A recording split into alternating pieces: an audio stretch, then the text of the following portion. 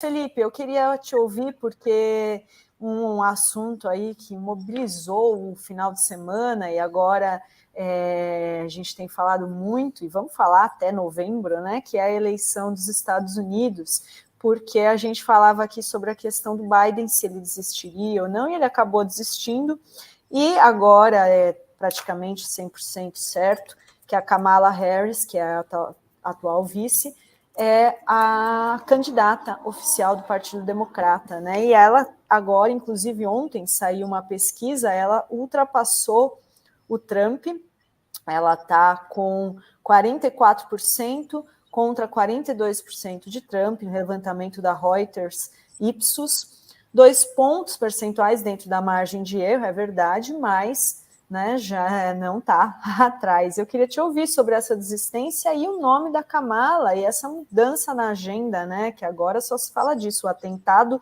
do Trump não é mais pauta, né?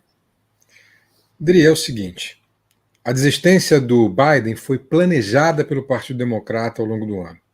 Não é à toa que aquele debate antecipado ocorreu na CNN 4 meses antes da eleição, quase 5 meses antes da eleição. Nunca aconteceu isso na história das eleições presidenciais americanas. Então, o Partido Democrata, já sabedor do déficit cognitivo de Biden, planejou aquele debate para poder exercer pressão sobre o próprio presidente. Já se esperava que ele tivesse aquele déficit cognitivo que ele apresentou no debate. E a partir daí, os doadores de campanha, que são quem realmente fazem o candidato, passaram a desistir do candidato e fazer pressão para ele desistir. Então foi tudo muito bem planejado, para dar tempo. A convenção é agora, no meio de agosto, dia 9 de agosto. No dia 7 de agosto tem uma votação virtual entre os delegados e precisava-se, então, ter um argumento muito forte para que o Biden saísse e a Kamala Harris chegasse a esse local. Tudo isso foi planejado, Dri.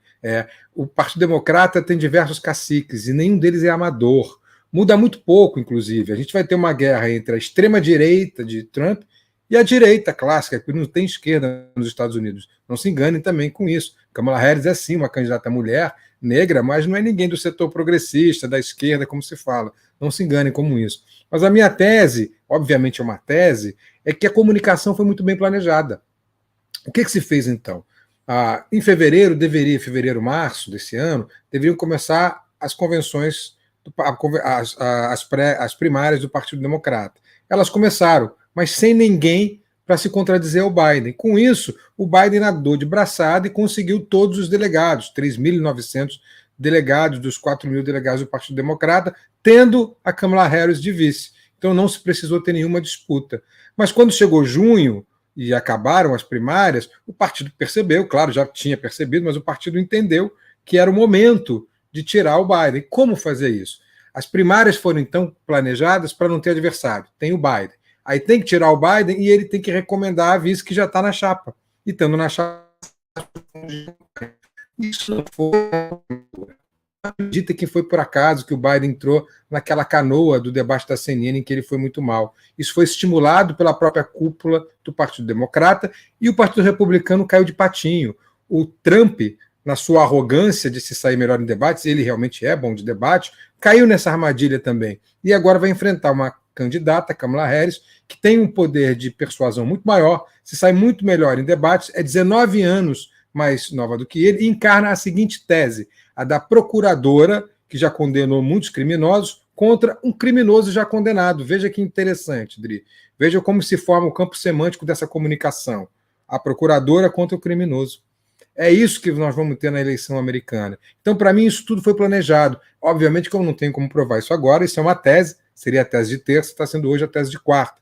Mas eu espero que no futuro historiadores garimpem documentos e depoimentos para provar isso que eu estou dizendo, que os líderes do Partido Democrata planejaram com muita calma essa desistência do Biden desde o começo das primárias até o golpe final, que foi o debate antecipado na CNN. Prestem atenção em todas as existências de debates televisivos. O primeiro debate televisivo, na televisão americana, foi em 1960. Foi Kennedy, né? Acho que todo mundo vai lembrar disso. Todo mundo vai lembrar, não, mas quem estudou vai lembrar que o Kennedy era o cara menos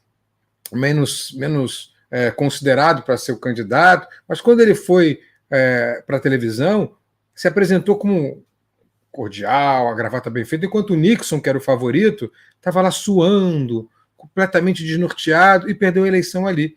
Estava 4 ou 5 pontos à frente do Kennedy, e aquele jovem Kennedy ganhou a eleição. Desde então, desde esse debate, os debates na televisão definem muito a eleição americana, mesmo com o advento das redes sociais. Eles continuam definindo a eleição americana. Mas desde 1960, os debates são sempre depois das convenções. E a convenção republicana foi depois do debate, e a democrata vai ser muito depois desse debate. Então, por que houve o debate? Obviamente para isso, Dri, Renato, para expor o presidente americano ao público americano como alguém que está realmente com debilidade cognitiva. Já tivemos depoimentos médicos aqui falando isso aqui, o Caseirão falou sobre isso, uma deficiência frontoparietal, então afeta não só o raciocínio, mas também a mobilidade, a gente que é o lobo parietal que comanda a mobilidade, a gente vê como ele anda muito mal, e aí o público, sabendo disso, começa a fazer pressão, principalmente os doadores de campanha, e culmina no domingo com a desistência dele. Para mim, tudo muito planejado, essa é a minha tese principal, e muito bem planejado, e acho, viu, Renato, que vai dar certo, que a Kamala Harris tem grande chance de bater o Trump nessa eleição de novembro.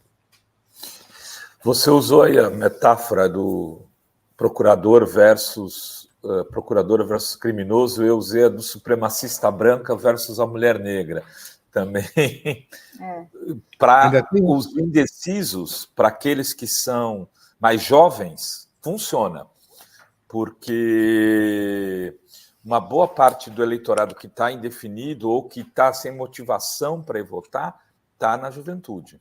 E você repara, Renato, que ela falou isso no primeiro discurso. Ela disse, quando eu fui procuradora, eu processei homens que estupravam mulheres ou que assediavam mulheres. Quando eu fui procuradora, eu processei fraudadores que enganavam consumidores. Quando eu fui procuradora, eu processei... Ele falou uma série de crimes que o Trump é acusado ou já foi condenado. E ela termina dizendo, eu conheço muito bem o tipo de Donald Trump. Ou seja, ela está atribuindo esses crimes ao Donald Trump, e é verdade. Então ela está usando o fato de ter sido procuradora como a sua arma eleitoral contra o Donald Trump, que é um notório misógino, fraudador, criminoso, já condenado, inclusive, em 34 processos por fraude. E ela disse isso, eu condenei fraudadores. Então ela condenou gente igual ao Trump. Acho que está muito claro o campo semântico da comunicação dela. Uma coisa que me chamou a atenção, Felipe, Dri, é que ela, nesse primeiro discurso, ela vai lá e defende o aborto. Né? Que é uma pauta que nos Estados Unidos eles conseguiram avançar nessas pautas. Na questão da legalização da maconha, eles conseguiram avançar, tem maioria na população hoje, e também na questão da legalização do aborto. Então, o Partido Democrata assumiu como bandeira. E aqui no Brasil, eu vi uma pesquisa hoje, um artigo do Hélio Gaspari, sobre uma pesquisa do pessoal do João Férez, Felipe, do Rio de Janeiro, é o FRJ, se não me engano, né? Onde, por exemplo, tem 35% da população que acha que mulher que interrompe a gravidez tem que ser presa. Né? Quer dizer, você veja o descompasso, são dois mundos. O eleitorado dos Estados Unidos, por incrível que pareça, ainda tem traços mais progressistas do que o brasileiro, mesmo a gente tendo elegido Lula, porque a base lulista, em uma porcentagem de 35%, 40%, é conservadora. E tem um outro fato, Renato.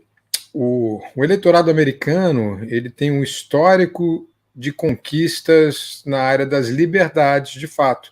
E isso é uma área de liberdade. Interferir em qualquer liberdade que as mulheres conquistaram significa um grande retrocesso, e todo americano e americana sabe disso. E aqui não, aqui esse retrocesso é tido como normal, porque há um viés religioso muito forte. Lá também tem esse viés religioso, mas ele não consegue ser mais forte que o viés das conquistas. E eles sabem disso. Sabem também que esses ministros do Supremo americano foram indicados pelo Trump. E é por isso que a Kamala Harris bate nessa tecla.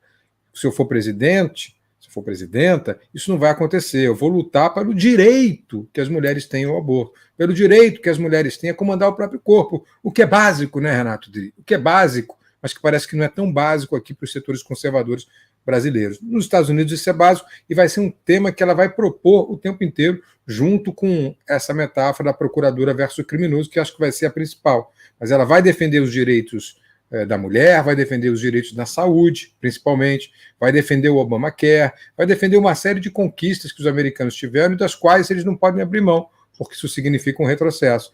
Ela, Kamala Harris, eu acho que tem muita chance e a gente pode ter uma eleição melhor do que a gente imaginava 2 meses atrás, né? A gente está ou 15 dias atrás, acho que estava todo mundo aqui meio pessimista, acho que agora muda muito a eleição. Eu quero dizer assim, obviamente, a gente só fala o que a gente acerta, a gente costuma não falar o que erra, né? Mas eu acertei nesse caso. Eu falei, olha, o Biden não vai até o fim da eleição. Vinha falando isso há um tempão, achei que ele seria substituído e achava que ele seria substituído por uma candidata mais ousada, que era Michelle Obama, né? Mas aí o Biden fechou questão em cima da Kamala e aí foi alternativa. É planejado, para mim tudo planejado. E aí não foi ele que decidiu, é a cúpula do partido que diz: presidente, só vai ter apoio, primeiro que só vai ter acesso ao fundo eleitoral não, as doações de campanha que foram feitas se for a candidata da chapa. Então já tinha 90 milhões de dólares lá que só seriam utilizados se ela fosse a candidata. Depois os doadores, que lá tudo é privatizado, né? Todas as doações são privadas. Os doadores também disseram, só vamos botar dinheiro se for a Kamala Harris. Então, no fundo, é isso. É a cúpula do partido e mais os grandes doadores de campanha, Renato. Aliás, escrevi um artigo sobre isso logo no dia, né? Os doadores decidem nos Estados Unidos quem será o candidato. Os caras interromperam, o Biden desistiu.